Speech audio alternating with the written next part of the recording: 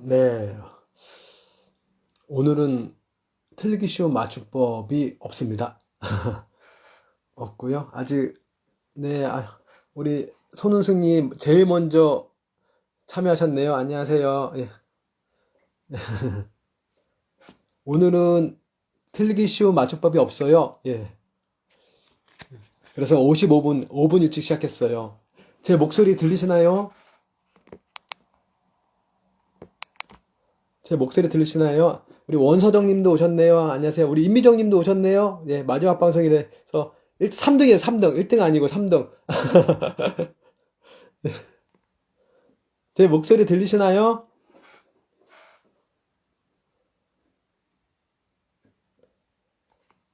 아, 네, 잘 들리는구나. 예, 잠깐만요. 제가 창문 좀 잠깐 열고 올게요. 잠시만요.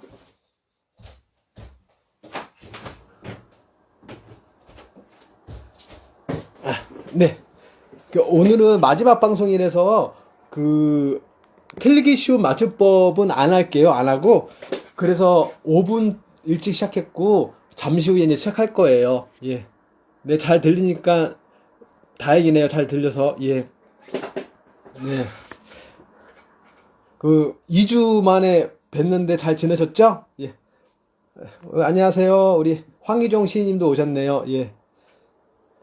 지난 시간에 시의 표현 기법이 되게 많아요. 시의 표현 기법이 되게 많은데, 그, 지난 시간에 많은 표현 기법 중에서 가장 중요한 그 비유와 상징에 대해서 말씀을 드렸고요. 그렇다고 오늘 말씀드리는 표현 기법이 중요하지 않다라는 얘기는 아니에요. 오늘도 되게 중요한 내용이에요. 네, 안녕하세요. 예. 오늘도 중요한 표현 기법을 말씀을 드릴 거고, 이 방송을 나중에라도 뭐 유튜브나 아니면 네이버 카페에서, 고등학생, 수험생들이 들으시면은, 분명히, 올 대입 수능 시험에도 한 문제는 꼭 나와요. 한 문제는, 이번 시간만 들어도 한 문제는 맞출 수 있어요. 맞출 수 있고, 제가 장담해요. 제가 장담하고. 그만큼, 그, 지난 시간에 이어서 이번 시간에도 문학의 기초라는 뜻이에요. 문학의 기초라는 뜻이에요. 고등학교, 중학교 교과서에도 실릴 정도로 가장 기본이 되는 문학의 기본 원리를 말씀을 드리려고 해요. 대입 수능 시험에도 적어도 한 문제 이상은 나오니까 그게 얼마나 중요하고도 또 얼마나 기본이 되는 이야기인지 그 여러분들 짐작은 가실 거예요. 네. 안녕하세요. 우리 김경아 씨님도 오셨고요. 네. 지금 58분인데, 한 5분 있다가, 아니, 2분 있다가 바로 시작을 할게요. 그리고 오늘, 초반에 말씀드렸지만, 오늘이 지금 마지막 방송이에요. 마지막 방송이고, 이제 제가, 뭐, 주제를 정하는데, 이제 너무 많은 얘기를 많이 해드렸기 때문에, 그, 여러분들도 이제 어느 정도 많이 성장하셨고, 뭐, 그랬기 때문에 이제 방송을 마무리 지으려고 하고요. 그렇다고 해서 제가 인스타 라이브 방송은 오늘이 마지막이지만, 인스타 라이브 방송은 오늘 마지막이지만, 제가 중간중간에, 여러분들한테 전해드리고 싶은 내용이 있으면 게릴라 방송으로 꼭 라이브 방송이 아니더라도 제가 녹화한 거를 네이버 카페에 올리는 방법을 하더라도 그 혹은 뭐 라이브로 진짜 라이브 방송으로 게릴라 방송을 하는 방법으로 한번 해볼게요. 정기적인 방송은 오늘이 마지막이다. 이렇게 이해하시면 되겠고요. 그래요? 대관령에 계세요? 공기 좋은 데서 강의 들어줘서 감사하고요. 맥주 한 잔씩 먹으면서 강의 들어주세요. 우리 원서정 시인님. 예. 그리고 오늘은 중요한, 좀 중요하고 좀 복잡한 내용들이 많아서 뭐 살짝 필기 하시면서 들으셔도 괜찮고, 오늘 편안하게 생방송 들으시다가 뭐 녹화 방송 들으시면서 필기하셔도 괜찮고, 그렇게, 강의를 들어주시면 좋을 것 같아요. 네. 저도 대관령 보고 싶네요. 예. 네, 이제 시간이 다 된 것 같아요. 시간이 딱 정확히 11시 됐네요. 11시 됐고, 들어오시는 분들은 들어오시는 대로 강의 들어주시면 되겠어요. 네. 지난 시간에 의해서 시의 표현 기법, 지난 시간에 비유와 상징, 아주 중요한 대입 시험 문제, 수능 시험에 꼭 한 문제씩 나오는 내용을 꾸려드렸고요. 오늘도 이어서, 오늘도 대입 수능 시험에 꼭 한 문제 이상은 나와요. 지난 시간, 오늘 시간 들으면 두 문제는 맞출 수 있어요. 국어 문제는. 제가 장담해요. 제가 장담하고. 이번 시간에 시의 표현기법 2부고요. 그 표현기법이 되게 다양해요. 되게 다양하기 때문에 엄청 많을 거예요. 그래서 복잡하고 양도 많고 해서 여러분들 중간중간 필기 메모해서 들으시면 좋을 것 같고요. 그 많은 표현기법 중에서도 가장 그 시험 문제, 고등학생들 시험 문제에 많이 나오는 그 표현기법이 바로 반어와 역설이에요. 반어와 역설. 반어와 역설인데, 여러분들 한 번씩 들어보셨죠? 먼저 반어부터 얘기할게요. 반어는 영어로 아이러니라고 하고도 해요. 우리 문학 그 작품을 보면서 참 내용이 아이러니하다 그런 얘기 많이 하죠? 그렇지. 반어적인 표현을 많이 썼다 그런 뜻이에요. 이 반어라는 건 뭐냐면, 겉으로 표현할 내용과 속에 숨어 있는 내용이 서로 반대로 표현하는 방법이에요. 내 속마음과 겉으로 표현하는 마음이 서로 반대로 표현하는 거예요. 반대로. 그게 반어법이에요. 반어법. 제가 반어랑 역설을 묶어서 설명하는 이유가 반어법이랑 역설법이랑 헛갈리시기 쉬워요. 그래서 그걸 구별하시라고 이렇게 묶어서 설명을 해드릴 거예요. 수험생 여러분들도 반어랑 역설법 구별하는 게 꼭 시험에 중요하게 나오거든요. 모의고사에도 나오거든요. 그러니까 잘 들어주시고요. 반어는 그 화자가 속마음과 반대로 겉으로 표현하는 것이 반어다. 이 반어는 크게 두 가지가 있어요. 언어적 반어와 상황적 반어가 있어요. 언어적 반어와 상황적 반어. 먼저 언어적 반어를 말씀을 드릴게요. 언어적 반어는, 그런 거죠. 예를 들면, 한 쌍의 남녀가 데이트를 하기로 했어요. 데이트를 하기로 했는데, 남자가 30분이 넘게 지각을 했네요. 늦게 왔어요. 여자가 화가 났겠죠? 허헉거리면서 남자가 데이트 장소에 나타났어요. 여자가 그래요. 참 일찍도 왔네. 여자가 남자한테 그렇게 말을 하죠. 정말 일찍 와서 여성이 남성에게, 참 일찍 왔네. 라고 얘기한 걸까요? 왜, 속마음은, 오늘도 늦었네. 오늘도 30분이나 늦었네. 그걸 얘기하고 싶은데, 그 사람을 비꼬아서 얘기하고 싶어서, 속마음은 참 늦게도 왔는데, 겉으로는 참 일찍도 왔네. 라고 표현을 하죠. 이게 바로 반어법이에요. 참 아이러니하죠. 아이러니해요. 하나 또 예를 들어볼게요. 평상시에 차분하지 못하고 덤벙거리는 친구가 있다고 가정을 해볼게요. 그 덤벙거리는 친구가 오늘도 책상 위에 물컵이 있는데 물컵을 엎어버렸어요. 지나가던 친구가 그 친구를 보면서 얘기하죠. 잘한다. 정말 덤벙거리는 친구가 행동을 잘해갖고 잘한다는 얘기를 했을까요? 너 또 잘못했네 라는 속마음을 거꾸로 얘기한 거예요. 반대로 잘한다. 이게 바로 언어적으로 반어법을 쓴 거예요. 언어적으로 아이러니틱하게 표현을 한 거예요. 이게 바로 언어적 반어예요. 언어적 반어. 이해가셨죠? 그게 언어적 반어고, 그러면 상황적 반어는 뭐냐?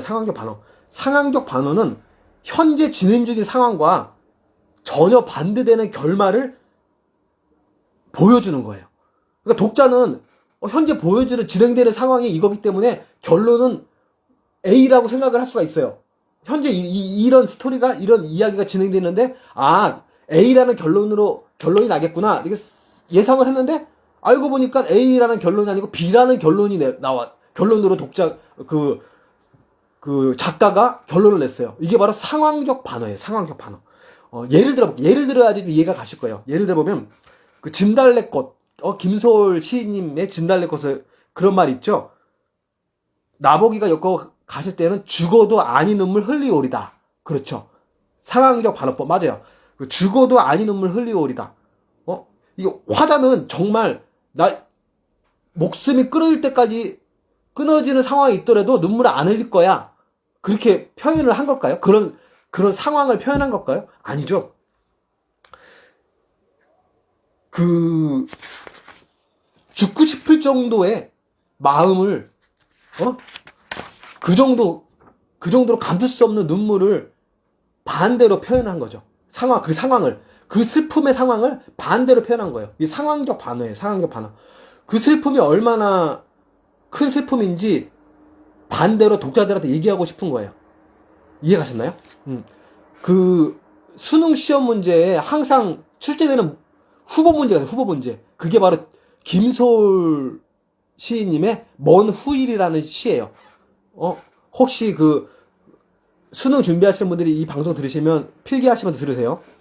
김소월님의 먼 후일을 잠깐 이렇게 읊어드리면, 먼 훗날 당신이 찾으시면 그때 내 말이 잊었노라.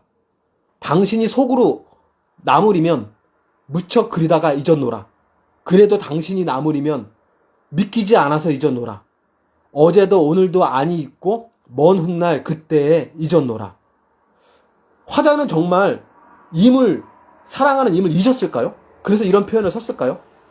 절대 잊지 못하는 임에 대한 간절한 마음을 반어적인 상황, 그 슬픔의 상황을 반어적으로 표현하고 한 거죠. 이게 바로 상황적 반어예요. 상황적 반어. 이해 가셨나요? 이렇게 반어는 두 가지, 언어적 반어와 상황적 반어가 있다라고 이해하시면 되고요. 문제는 뭐냐면 역설법을 이제 설명할 건데, 역설을 설명할 건데, 이게 반어법하고 비슷한데 헷갈리시면 안 돼요. 이게 중요한 포인트예요. 역설법은 무엇이에요? 역설법은 외적으로 겉으로 드러난 거죠. 외적이라는 소리는 겉으로 드러난 그 사물이나 관념이 서로 모순된 사물끼리, 모순된 관념끼리 연결시킨 거예요. 그 독자들은 그 역설법을 씀으로써 어떤 효과가 있냐면, 독자들은 신선함과 놀라움을 느끼게 되죠. 다시 말해서 모순되거나 서로 불합리하게 보는 두 가지 사물이나 관념을 연결시킴으로써 새로운 합당한 의미를 나타내는 거예요. 예를 들게요. 예를 들어야지 이해가 가셔요. 나이가 어리거나 체구가 작은 사람이 아주 큰 일을 했을 때 우리 그 사람을 뭐라 그러죠? 작은 거인이라 그러죠. 작은 거인. 근데 봐보세요. 이 언어가 두 가지 상반된 언어가 연결이 된 거예요. 작다, 거인. 서로 반대되는 개념의 언어가 연결이 돼갖고, 작은 거인이 연결이 돼갖고 새로운 의미를 만들어낸 거죠. 그쵸? 이게 역설법이에요. 역설법. 응? 이해 가셨나요? 화자가 속으로 느끼는 감정을 겉으로 꼭 반대로 얘기하는 거는 반어법이고, 두 가지 어울리지 않는 두 단어가 합해져 갖고 새로운 단어, 의미를 창조하는 것은 역설법이에요. 작은 거인, 이런 것처럼. 이해 가셨죠? 2009년 수능 시험 문제예요. 한용운의 님의 침묵 아시죠? 여기 보시면, 나는 향기로운 님의 목소리에 귀 먹고 꽃다운 님의 얼굴에 눈 멀었습니다. 라는 구절이 있어요. 향기로운 님의 목소리에 귀가 먹었어요. 목소리가 향기롭고 고운데 왜 귀가 먹을까요? 노이즈도 아니고. 그쵸? 그리고 꽃다운 님의 얼굴인데 왜 눈이 멀었을까요? 이거 상반된, 어울리지 않는 두 관념이 연결이 되어갖고 새로운 의미를 탄생시킨 거죠. 응? 그만큼 귀가 먹을 정도로 님의 목소리가 아름답고 눈이 멀을 정도로 님의 얼굴이 꽃답다. 그런 뜻인 거죠. 그래서 새로운 의미를 창조한 거죠. 이게 역설법인 거예요. 이해 가셨나요? 반어법하고 구별할 줄 아시겠죠? 예. 한 가지 더 역설법, 아주 대표적인 역설법 설명할 때 항상 예시로 나오는 거예요. 바로 유치환 시인님의 깃발이라는 이것은 소리 없는 아우성 아시죠? 이것은 소리 없는 아우성. 소리 없다와 아우성은 정반대의 단어예요. 근데 이게 두 개가 연결됨으로써 이거 소리 없는 아우성, 새로운 의미의 시적 표현을 탄생을 시켰어요. 그죠? 이게 역설법의 대표적인 예시예요. 이해 가셨죠? 이렇게 반어와 역설은 서로 비슷하지만 서로 다른 개념의 표현 기법이에요. 그 반어는 일찍 또 왔네. 이런 것처럼 언어와 상황 간의 모순을 얘기하는 게 반어법이고요. 역설은 소리 없는 아우성처럼 언어와 언어끼리 모순을 나타내는 것이 역설이에요. 이해가셨죠? 헷갈리시면 안 돼요. 다음은 그 대구와 대조법을 얘기할 거예요. 비슷한 것끼리, 헷갈리기 쉬운 것끼리 이렇게 묶어서 말씀을 드릴게요. 대구법과 대조법이 있어요.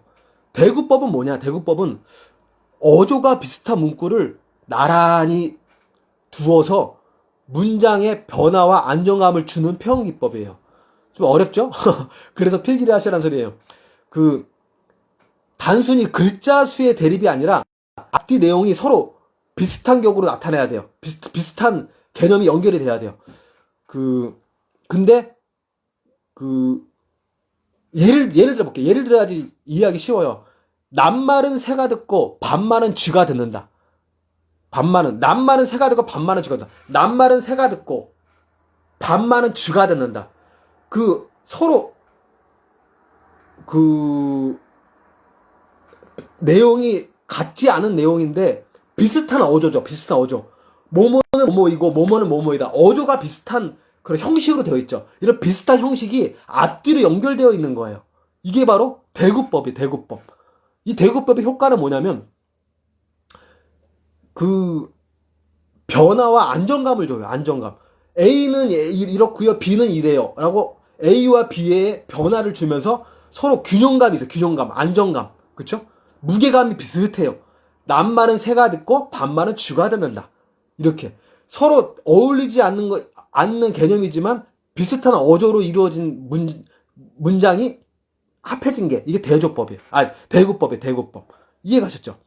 하나 또 예를 들어보면 범은 죽어서 가죽을 남기고 사람은 죽어서 이름을 남긴다. 범은 죽어서 가죽을 남기고 사람은 죽어서 이름을 남긴다. 서로 뭐 어울리지 않는 개념인데 비슷한 어조로 이루어졌죠. 비슷한 어조라는 것은 비슷한 구성으로 이루어졌죠. 문장이 비슷한 구성으로 이루어졌죠. 이 비슷한 구성으로 이루어진 것이 연결된 거예요. 연결돼서. 그래서 균형감을 주는 거예요. 이해가셨죠?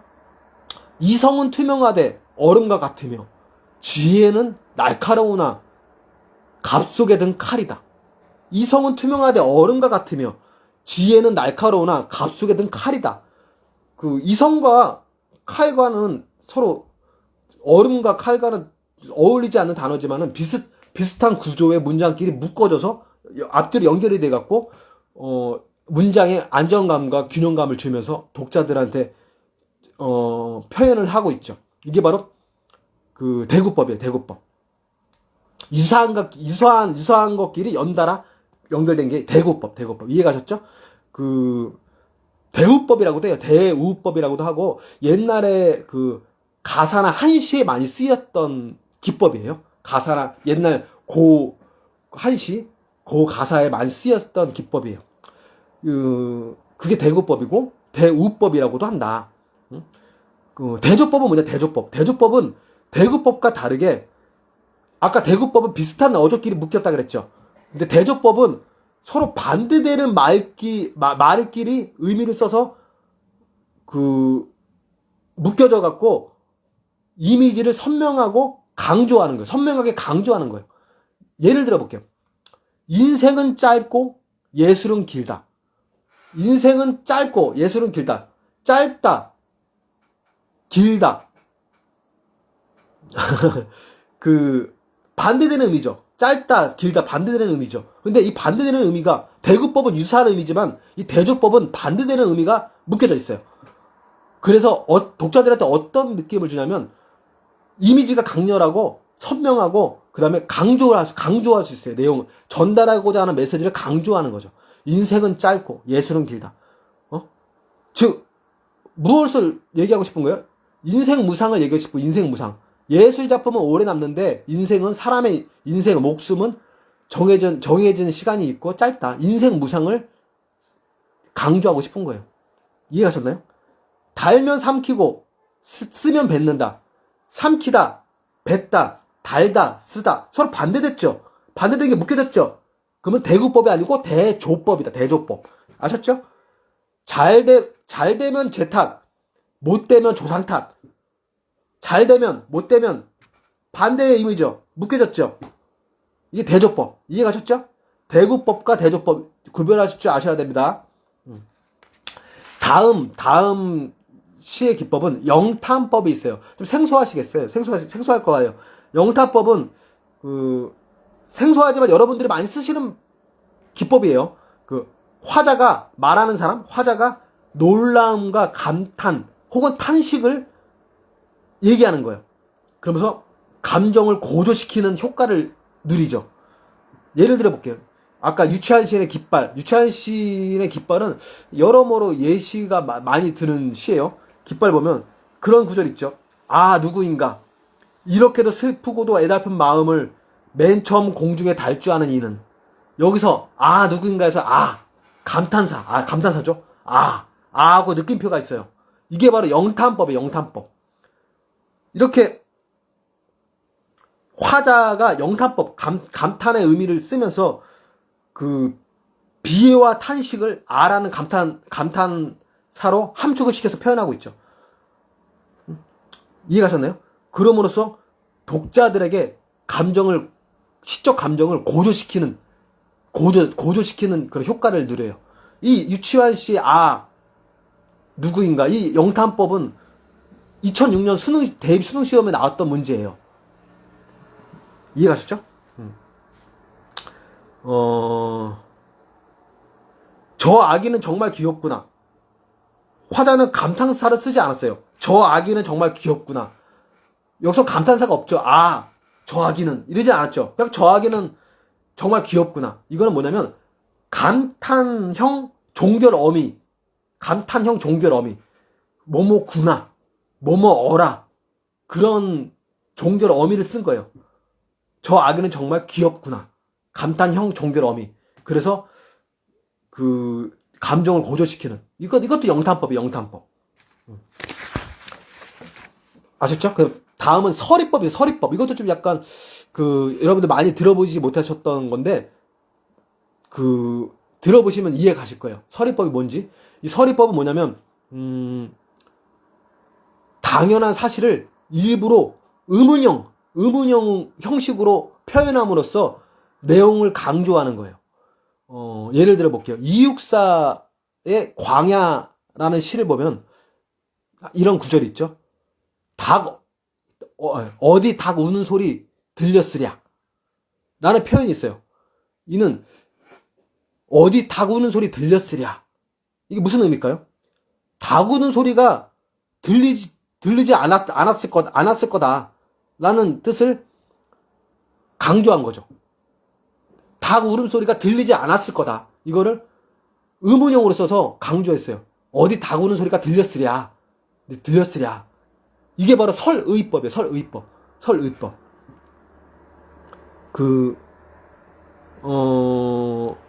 누구나 다 아는 사실을 의문 형식으로 제시하면서 독자가 스스로 결론을 내리게 하는 표현 기법이기도 해요. 자유 없이 살기를 원하십니까? 라는 문장이 있다고 쳐봐요. 자유 없이 살기를 원하십니까? 여기서 결론을 내리지 않았죠. 독자가 결론을 내리겠죠. 이 문장을 읽으면서 독자가 결론을 내리겠죠. 자유 없이 살기 원하십니까? 독자는 생각하겠죠. 못 살아. 혹은 살 수 있어. 둘 중에 하나 결론을 내리겠죠. 결론은 독자가 내려요. 이 의문형 문구를 쓰면서 결론을 독자한테 맡기는 거예요. 그런 효과가 있어요. 이 서리법이라는 게. 이해가셨죠? 서리법. 이게 바로 서리법이다. 독자가 스스로 자유의 중요성과 소중함을 스스로 결론 지어서 느끼게끔 하는 그렇게 해서 자유의 개념을 강조하는 그런 효과를 누리죠. 다음은 반복법이 있어요. 반복법. 단어나 구절 혹은 문장을 반복시키는 거예요. 뭐 쉬워요? 어렵지 않아요. 단어나 구절, 단어 혹은 어떤 구절, 어떤 문장을 반복해서 나타내는 방법, 표현 기법을 반복법이에요. 김소월의 초혼이라는 시가 초혼의 시를 보면은 산산이 부서진 이름이요. 허공 중에 헤어진 이름이요. 불러도 주인 없는 이름이요. 부르다가 내가 죽을 이름이요. 여러분 많이 아시죠? 여기서 이름이요가 반복되고 있어요. 그쵸? 왜 반복시켰을까요? 반복시키면서 어떤 효과를 누릴까요? 화자의 애절한 감정을 독자들한테 전달해주죠. 애절한 심정을 그대로 독자들한테 전달을 시켜주죠. 이 김소월의 초원, 방금 낭송해드렸던 이 초원 시는 이 반법법이라고 했던 이 초원 시는 2001년도 대입 수능 시험에 나왔던 문제예요. 2001년도. 오늘 제 강의만 들어도 올 2021년 대입 수능 문제 한 문제는 맞출 수 있다니까요. 한 문제는. 잘 들으세요. 이 반복법을 좀 더 자세히 들여다보면은요, 반복과 번용이라고 있는데, 나눠져요. 조금, 어렵게 느낄 수 있을 텐데, 반복은 말 그대로 동일한 구절이 반복되는 게 반복법이에요. 방금 말씀드렸듯이. 근데 번용은 반복이 되는데 동일하게 반복되는 게 아니고 반복이 되면서 달라지는 부분이 있어요. 달라지는 부분이. 백석 시인의 정막강산이라는 시가 있어요. 잘 들어보세요. 산으로 오면 산이 들썩, 산소리 속에 나 홀로. 벌이 오면 벌이 들썩, 벌소리 속에 나 홀로. 라는 구절이 있어요. 나홀로는 같은 구절이 반복이 되죠. 반복. 나홀로. 변함없이 반복이 되죠. 하지만 산으로 오면 산이 들썩. 벌이 오면 벌이 들썩. 이거는 비슷한 어조가 반복이 되는데 그 안에 단어가, 시어가 바뀌었죠. 변화가 있었죠. 이게 번용이에요. 번용. 이해가셨나요? 조금 어려운데, 그래, 감이 오시나요? 반복과 번용? 반복은 그대로 같은 구절이 반복되는 거고, 번용은 산으로 오면 산이 들썩, 벌이 오면 벌이 들썩. 비슷한 구조가 반복이 되는데 그 안에 시어가 바뀌었죠. 변화가 있었죠. 이게 번용이에요. 변화할 때 번용. 방금 말씀 읽었던 백석 시인의 정막강산은 2011년도 모의고사 문제였어요. 모의고사. 대입 수능 보기 전에 모의고사 문제였어요.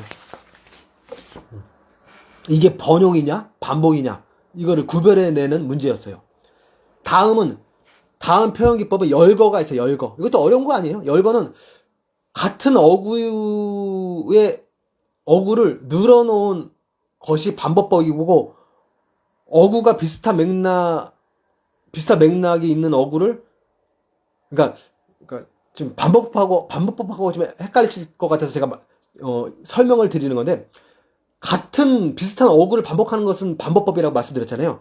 근데 이 열거는 뭐냐면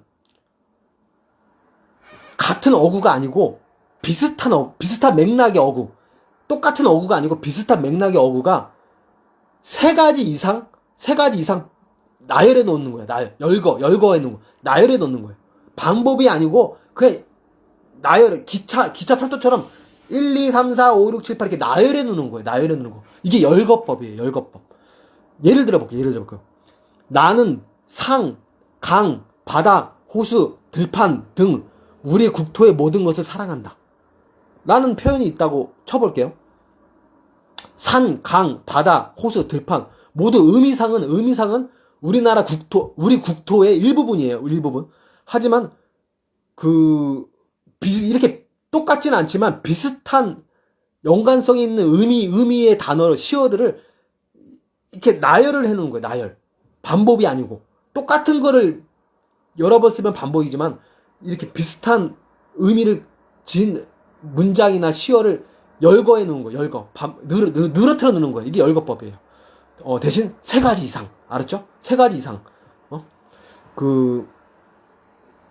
별 하나의 추억과 별 하나의 사랑과 별 하나의 동경과 별 하나의 시와 별 하나의 어머니 벌써 아기 어머니 된 계집 애들의 이름과 가난한 사람들의 이름과 강아지, 토끼, 노새, 노루, 프랑시스 잼, 나이나 마리아 밀케의 이런 시인의 이름을 불러봅니다.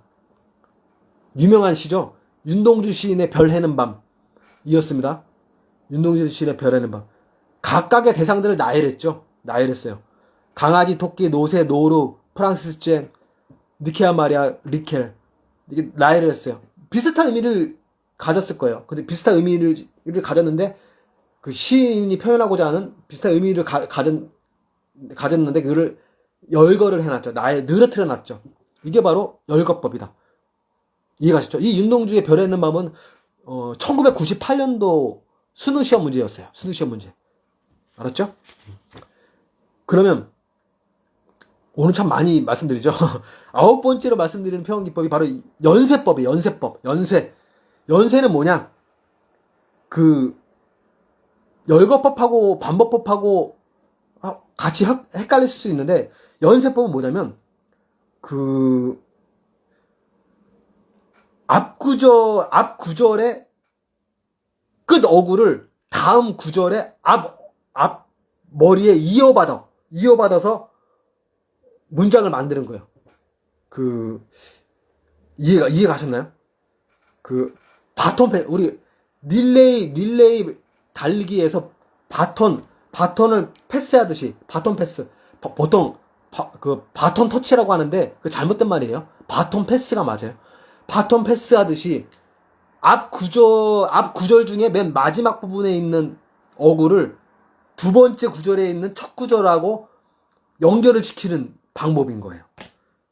한번 제가, 그런 거죠. 맛있으면 바나나는 길어. 기름은 기차는 빨러. 이해가셨죠? 앞구절에 있는, 맛있으면 바나나. 앞구절의 마지막 부분이 뒷부분에 바나나는 길어. 길면 기차는 빨라. 이렇게 계속 꼬리를 물듯이 바톤 패스를 하는 형식의 문장을 연쇄법이라고 그래요. 연쇄법. 이해가셨죠? 예시를 들면 이해 가실 거예요. 김광규 시인의 설야라는 그 시에 보면은 눈은 내려서 쌓여 내 슬픔 그 위에 고이 서리다 라는 표현 구절이 있어요. 내려와 내려서가 바톤 패스하듯이 이어지고 있죠. 흰 눈은 내려서 쌓여. 그쵸? 이게 바로 연쇄법이다. 이 김광규 시인의 설야, 눈 내리는 밤, 설야는 2006년도 학력평가 문제였어요. 네. 다음 10번째 표현기법. 10번째 맞나? 맞죠. 다음이 10번째죠. 10번째 표현기법은 점층법이 있어요. 점층법은 뭐냐? 어떤 글을 잠시만요. 점층법은 어떤 글을 포함하고 있는 내용의 비중이나 정도가 한 단계씩 점점 강도가 세지거나 높아지거나 좀 더 깊어지거나 그러는 거예요. 계단식 올라가듯이 어떤 의미가 강조되는 그 강도가 점점 더 세지거나 의미가 점점 더 깊어지거나. 이해하셨나요? 그 점층법이에요. 점층법. 예를 들면 이상의 날개라는 시를 보면 날자 한 번만 더 날잡구나, 한 번만 더 날아보자꾸나 라는 시 구절이 있어요. 여기서 날자 한 번만 더 날잡구나, 한 번만 더 날아보자꾸나. 점점점 의미가 강해지죠. 이게 점층법이에요. 점층법. 김광욱 시인의 윤리유곡이라는 시를 보면 공명도 잊었노라, 부귀도 잊었노라, 세상 번우한 일 다 주어 잊었노라, 내 몸을 내마저 잊었느니 남이 아니이지라. 공명도 잊었노라, 부귀도 잊었노라, 세상 번우한 일 다 주어도 잊었노라. 점점점 그 강도가 세지죠. 강도가 깊어지죠. 의미가. 이게 바로 점층법이다. 점층법. 이 점층법을 통해서 이 김광구 시인은 세상과 인연을 끊으려는 화자의 심정을 효과적으로 드러내고 있어요. 이 김광구 시인의 윤리유곡이 바로 2010년도 수능 시험 문제였어요. 수능 시험 문제. 되게 예시 잘 찾죠. 찾느라 힘들었어요. 이 점층법과 반대되는 게 있어요. 반대되는 게. 바로 점강법이라고 했어요. 반대되니까 어떤 의미냐? 점점점 갈수록 의미와 그 깊이가 작아지는 거예요. 의미가 작아지는 거예요. 축소되는 거. 그 점강법이다. 점층법은 늘어나는 거, 점강법은 줄어드는 거. 명덕을 밝히려고 하면 먼저 나라를 다스리고, 나라를 다스리고자 하면 먼저 몸을 닦고, 몸을 닦으려면 그 뜻을 정성스럽게 하고, 뜻을 정성스럽게 하려면 사물의 이치를 알아야 한다. 라는 표현이 있어요. 나라를 다스리고 몸을 닦고 정성스럽게 사물의 이치를 알고 점점점 의미와 그 규모가 줄어들고 있죠. 이게 점강법이다. 이해가셨죠? 점층법, 정강법. 이것도 시험 문제 자주 나와요. 자주 나오는데 잘 알아두시고. 다음 도치법이에요. 도치법은 문장 성분의 정상적인 배열 순서를 바꿔놓는 거예요. 어떤 의미냐? 예를 들어볼게요. 또 이번에도 또 유치한 신의 깃발이에요. 깃발 보면 누구인가 이렇게도 슬프고도 애달픈 마음을 맨 처음 공중에 달주하는 그는. 이거 정상적인 문장 구조는 아니죠. 정상적인 문장 구조는 뭐예요? 이렇게도 슬프고도 애달픈 마음을 맨 처음 공중에 달주하는 그는 누구인가? 이게 정상적인 거죠. 근데 유치한 시는 이거를 순서를 바꿔놨어요. 누구인가? 이렇게도 슬프고 애달픈 마음을 맨 처음 공중에 달주하는 그는. 순서를 바꿔놨죠. 이게 도치법이에요. 도치법. 왜 이런 도치법을 쓰나? 어떤 효과가 있냐면 시가 신선하고 참신해져요. 여러분들 창작하실 때 좀 시가 맨날 썼던 것 같고 참신하지 않은 것 같고 이럴 때 도치법 써보세요. 문장의 순서를 바꿔보세요. 저 별은 아름답다가 아니고 아름다운 저 별은 이렇게 써보시란 소리죠. 이해하셨나요? 문장 구조를 순서를 바꿔놓는 거예요. A, B를 B, A로 바꿔놓는 거예요. 이게 도치법이다. 이해가셨죠?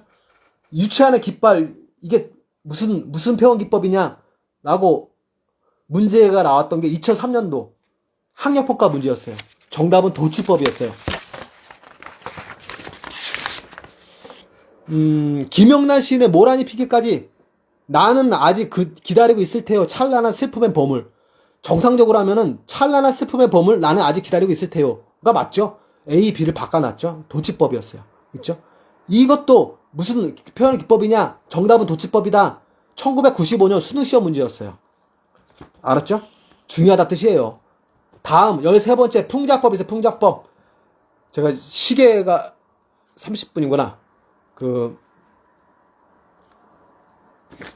빨리 진행할게요.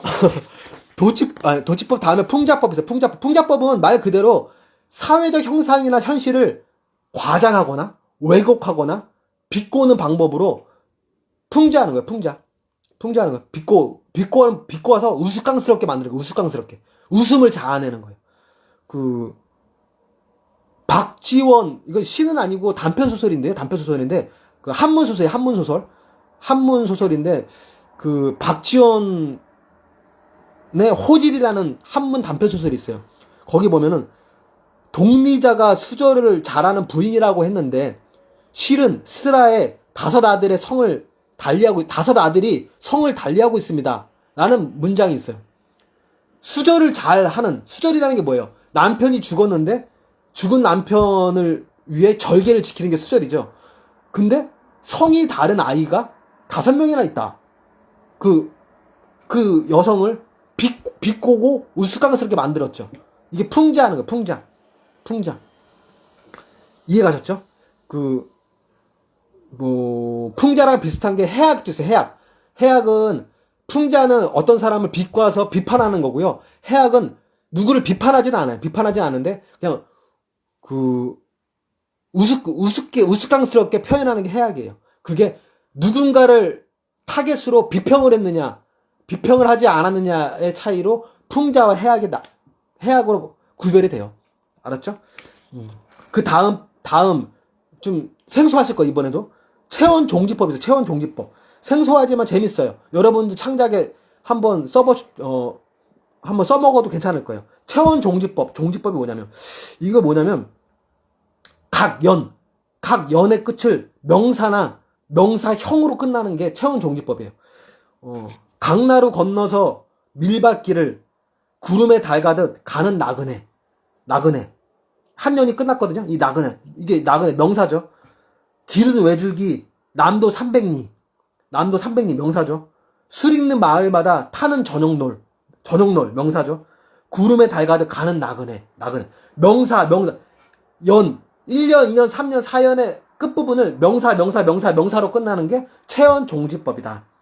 박목월 신의 나그네. 체언종지법. 그쵸? 그리고 조그만 사랑 노래라는 황동규 시인의 시가 있어요. 그 조그만 사랑 노래. 이 시는 보면 어제를 동요의 편지를 받았다. 늘 그대 뒤를 따르던 길 문득 사라지고 길 아닌 것들도 사라지고 여기저기서 어린 날 우리와 놀아주던 돌들이 얼굴을 가리고 박혀있다. 사랑한다 추위 환한 저녁 하늘에 찬란히 깨어진 금들이 보인다. 성긴 눈 날린다. 땅 어디에 내려앉지 못하고 눈 뜨고 떨며 한없이 떠다니는 몇 송이 눈. 제가 시를 다 읽었거든요. 왜 다 읽었는지 아세요? 이 시는 1년으로 됐어요. 1년으로 돼 있어요. 아까 제가 뭐라 그랬어요? 체언종지법은 각 연의 마지막 부분이 명사로 끝나면 체언종지법이라고 그랬죠. 이 시는 전문이 1년이에요. 1년으로 된 시예요. 쭉 내다가 맨 마지막에 몇 송이 눈 하고 끝났어요. 1년의 맨 마지막에 명사로 끝났죠. 그쵸? 이게 2006년도 수능시험 문제였어요. 얼핏 보면은 행마다 명사로 끝나지 않았기 때문에 체언종지법이라고 구별을 못했을 텐데 맨 마지막에 눈이에요. 근데 이 연은 이게 함정이죠. 이 연은 1년으로 된 시였던 거예요. 각 연의 마지막이 명사면 체언종지법이에요. 1년이 시 전체가 1년이기 때문에 시 맨 전체에 명사로 끝났기 때문에 이거 체언종지법이에요. 이해가시나요? 이게 수능시험 문제 2006년도 정답은 체언종지법이었던 거예요. 한번 체언종지법으로 각 연마다 명사로 끝나는 혹은 명사형 미음을 써갖고 명사형으로 끝나는 그 기법도 한번 써보세요. 재밌어요. 자, 오늘의 마지막 표현기법, 제가 소개시켜드리는 마지막 표현기법이에요. 수미상관법이래요. 수미상관법.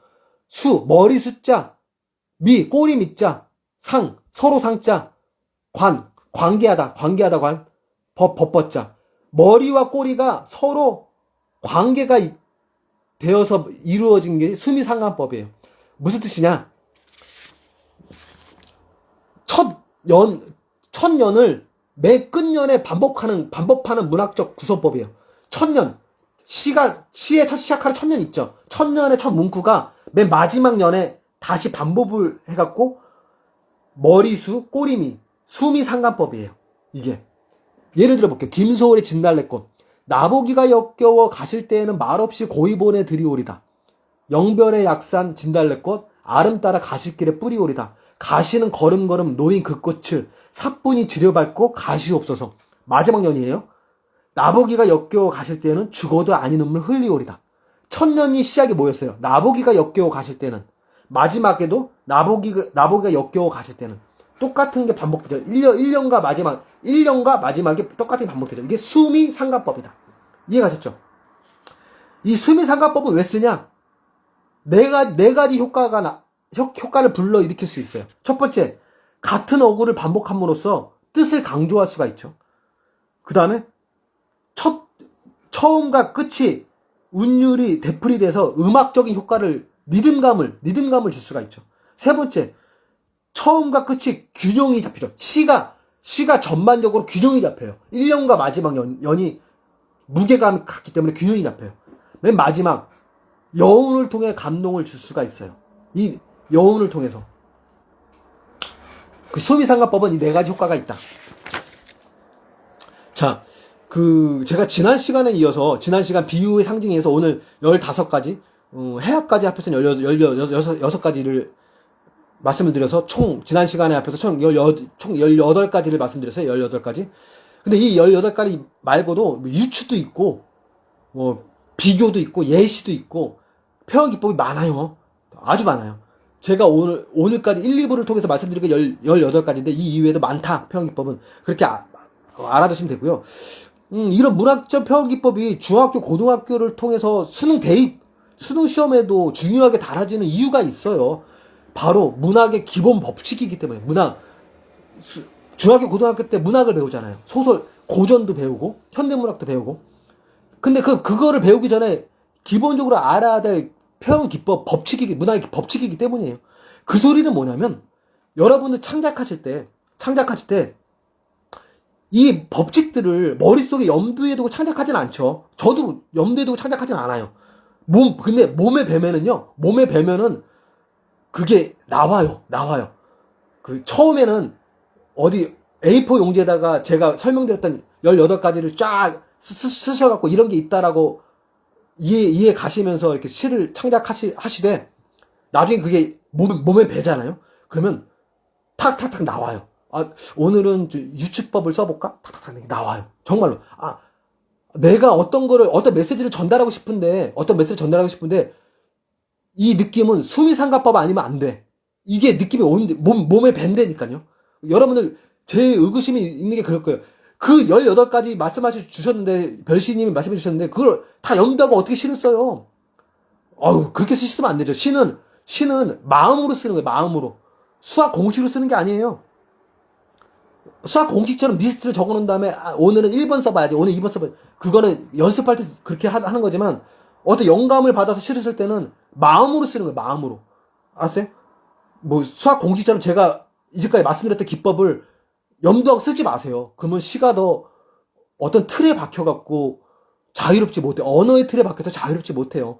제가 드리고 싶은 말씀은 연습을 하실 때, 습작을 하실 때, 연습하실 때 제가 말씀드렸던 일 하나하나 적용을 한번 해보세요. 처음에는 모방이 남의 시도 100개 써보세요. 모방이 창작의 어머니라고. 정말 제가 누구라 말씀 안 드리지만은 우리 끄트머리 회원분 중에 그런 분이 계세요. 처음에 모방을 하시더라고요. 모방을 하셨는데 지금은 자기께 돼버렸어요. 그게 엄청 잘 써요. 지금은 뭐 그분이 저한테 저 많이 늘었죠? 막 그렇게 거꾸로 이렇게 자랑하실 정도로 정말 많이 늘으셨어요. 근데 그분이 처음에는 모방을 이렇게 하셨어요. 처음에 정말로. 누군지는 아실 거예요. 본인 얘기하시면. 그래서 제가 말씀드렸던 이 리스트를 오늘은 한번 이 표현 기법을 써보자. 오늘 한번 이 표현 기법을 한번 써보세요. 써보시고 그게 몸에 배면은 나중에 이 표현 기법 아니면 이걸 표현 못해. 그런 경지까지 이뤄져요. 내가 이 메시지는 연세법 아니면, 이 메시지는 반법법 아니면, 이 메시지는 풍자법 아니면은 올바로 내 감정을 전달하지 못해. 독자들한테. 그 경지까지 다다를 거예요. 연습하다 보면. 이해 가셨죠? 그래서 알려드리는 거예요. 그리고 물론 이 표현 기법, 이 20가지가 넘는 표현 기법을 몰라도 시를 쓸 수 있어요. 하지만 좋은 시를 못 쓰죠. 항상 그 틀 안에 밖에서 맨날 썼던 시만 쓰고, 맨날 내가 쓰는 바운드리 안에서만 시 쓰고, 라면 상자 안에 담아놓은 삐약삐약 병아리처럼 그 상자각 안을 벗어나지 못하고, 그 틀에 박혀서 발전하지 못하고 그런 시를 쓴단 말이죠. 알고 쓰는 거랑 모르고 쓰는 거랑의 차이점이에요. 네? 내가 이 20가지 넘는 기법들을 다 모두 적용을 하지 못하더라도 그래도 알고는 있으면은요, 창작의 범위가 넓어져요. 이 20가지 넘는 표현 기법 적어도 한 가지 정도는 적용할 거 아니에요. 한 가지 정도는. 그럼 한 가지 정도 예전에 적용을 안 하고 썼을 때랑 적용을 하고 썼을 때랑 시 쓸 스타일이 한 번 더 넓어진다는 뜻이에요. 제가 드리고 싶은 말씀은. 그래서 물론 몰라도 쓸 줄 아지만 알고 쓰자. 우리 알고 쓰자. 그래야지 발전한다라는 것을 말씀을 드리고 싶어요. 어떤 시가 좋은 시냐? 오늘 마지막 회니까 시간이 4분이 오바됐는데 1분만 더 할게요. 어떤 시가 좋은지. 우리 좋은 시 쓰려고 시 쓰는 거잖아요. 그냥 시 쓰는 게 아니고 좋은 시를 쓰려고. 우리 끄트머리 시 공모전도 좋은 시 1, 2, 3등 뽑는 이유가 뭐예요? 100편 넘게, 지금까지 100편 넘게 시가 들어왔지만 그 중에서 좋은 시를 우리가 골라내는 작업을 하는 거잖아요. 그쵸? 그럼 좋은 시가 뭐냐? 여러분들 좋은 시가 어떤 시가 좋은 시예요? 어떤 시가 좋은 시예요? 많이 팔리는 시가 좋은 시예요? 물론 공감이 가니까 많이 팔리겠지만, 근데 제가 보기에는 많이 팔리는 거랑 좀 달라요. 좋은 시는요, 독자들한테 감동을 주는 시가 좋은 시예요. 독자들한테 감동을 주는 시가. 그러면 감동을 주는 방법을 알아야 될 거 아니에요. 그래야지 좋은 시를 쓸 거 아니에요. 그 감동을 주는 방법을 제가 이제까지 말씀을 드린 거예요. 바로 시의 철학과 현대 사회의 문제를 고뇌하는 방법과 기억력과 상상력이라는 시 쓰는 기본 원리와 올바른 시적 허용의 이해와 낯설게 하는 방법과 그 다음에 오늘까지 말씀드렸던 18가지 말씀드렸던 시의 표현 기법 말씀드렸잖아요. 이게 바로 제가 1회부터 제 10회까지 마지막 회까지 말씀드렸던 게 뭐냐면 시를 감동적으로 쓰는 방법을 말씀드린 거예요. 방법을 알려드렸어요. 그러면 여러분들은 그 방법대로 감동적인 시를 쓰면 돼요. 그러면 그 시가 뭐다? 좋은 시다. 우리 기왕이면 좋은 시를 쓰자고요. 기왕이면 배고플 때 먹는 음식, 좋은 음식 먹는 게 몸에 좋듯이 기왕이면 좋은 시를 쓰자. 이게 별시인의 마지막 방송의 주제였습니다. 좋은 시를 쓰자. 기왕 쓸 바에. 안 쓸 거면 모르는데, 기왕 쓸 바에 좋은 시를 쓰자. 그게 별시인의 마지막 메시지였습니다. 오늘 여기까지 말씀드리고요. 여러분들, 제가 또 여러분들한테 전달하고 싶은 내용이 있으면 게릴라 방송 할게요. 게릴라 방송하고, 혹은 녹화 방송에서 네이버 카페에 올릴 테니까, 아쉽지만, 오늘 방송 여기서 마무리 짓고요. 시 쓰시다가 창작하시다가 궁금한 거 있으면 언제든지, 메시지, 카톡, 전화, 다 좋아요. 말씀해 주시면 같이 의논하고, 같이 고민하고, 시 쓰자고요. 같이. 저도 같이 배우면서 할게요. 여러분들한테 많이 배우거든요. 배우면서 같이 시 쓸게요. 나중에 줌을 통해서 우리 같이 만나는 방법도 있고, 그 다음에 나중에 코로나가 좀 잠잠해지면 오프라인에서 만나는 방법도 있고, 여러 가지 만나는 방법이 있으니까요.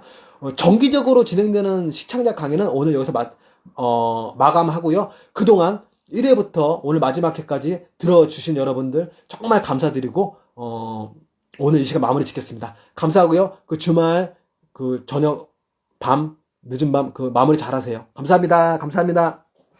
제가 먼저 끌게요. 감사합니다. 감사했습니다.